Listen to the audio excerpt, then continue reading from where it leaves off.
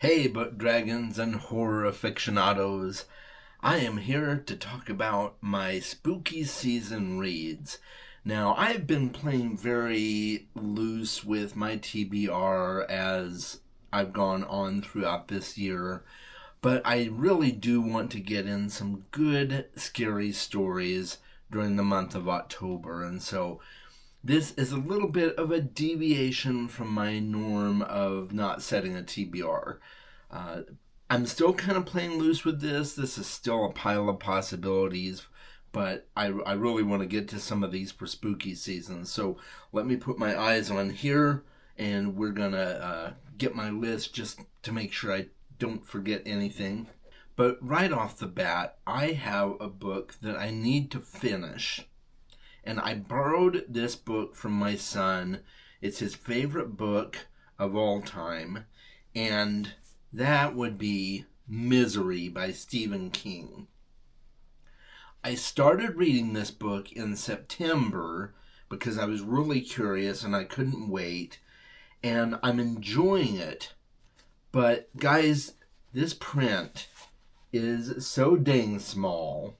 And even with my glasses on, I'm like, I feel like I'm doing this, holding it like right up to my eyes to read it. I'm not doing that. That's an exaggeration, but that's how small the print is. So I went ahead and got myself an ebook copy of it so that I could read the ebook. But I wanted to hold it up here since I still have the physical book that I borrowed from my son. So this will be getting finished in October. I'm also going to be reading Something Wicked This Way Comes from Ray Bradbury. I've been wanting to read this book for a long time, and I've been hit or miss with Ray Bradbury. I really like Fahrenheit 451. I did not like The Illustrated Man. And so, it's kind of 50-50 at this point. I want to see if I like Something Wicked This Way Comes. I have a feeling that he's probably better at horror than he is at sci-fi necessarily. So, we shall see. I'm very excited to try Something Wicked This Way Comes. And then the other physical book on here that I want to read is a book that I got in a contest that I won. And that is The Reformatory by Tananarive Due. I have heard so many good things about this book from various different sources, and I figured it's time I pick it up, especially since I just got it, and it was just perfect timing. So I figured, well, since I've got the book, I might as well read it and see what it's like. So I am very curious about it. I don't know a whole lot about it, but I am going to read the blurb here. 12-year-old Robbie Stevens Jr. is sentenced to 6 months at the Gracetown School for Boys, an institution for kicking the son of the largest landowner in town in defense of his older sister Gloria. So begins Robbie's journey further into the terrors of the Jim Crow South and the very real horror of the school they call the Reformatory. Robbie has a talent for seeing ghosts or haints. But what was once a comfort to him after the loss of his mother has become a window into the truth of what happens at the Reformatory. And there's more to read, but I don't want to read any further. I'm already hooked. This sounds really, really good. I love the setting, and I love that it's, this weird reform school type scenario. I love it. I can't wait to try this out. So that is all as far as my physical books go. Now, there is one more physical book, but I don't have it yet. It's coming, but I'll talk about that at the end. All right, so the next one on my list is Fever Dream by George R. R. Martin. I am planning on buying a physical copy of this because I love George R. R. Martin's writing so much that I just want to own physical copies of his books at this point.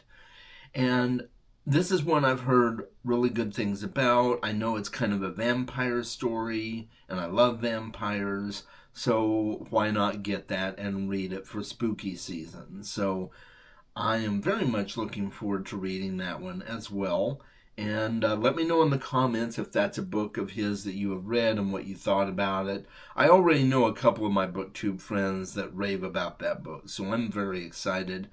And I already know that I like George R. R. Martin, right? The next one on this list is a hard maybe. I am going to attempt this book, but I'm reserving the right to DNF it because of everything I've heard. I don't know if it will be for me. And that, guys, is Pet Sematary by Stephen King. I've heard so many things about this book, the emotional toil that it takes on you, and the sheer weight of the topics that are discussed. And I just don't know if it's going to be for me. But Fina over at Fina Reads really wanted to do a buddy read for this. And my friend Danielle over at Bookcara is also going to join us. So I figure if I have some emotional support, some peer support, I will be able to make it through this book, I think. But I do reserve the right to DNF it. Luckily, it's on Kindle Unlimited, and I do use Kindle Unlimited, so I'm going to get it for free. It's not going to cost me anything. It's not like I'm having to buy the book. So that is a good thing, but I'm worried, guys. I'm concerned. One that I'm really excited about is a new book from one of my absolute favorite authors, Chad Nicholas. He is the author of, he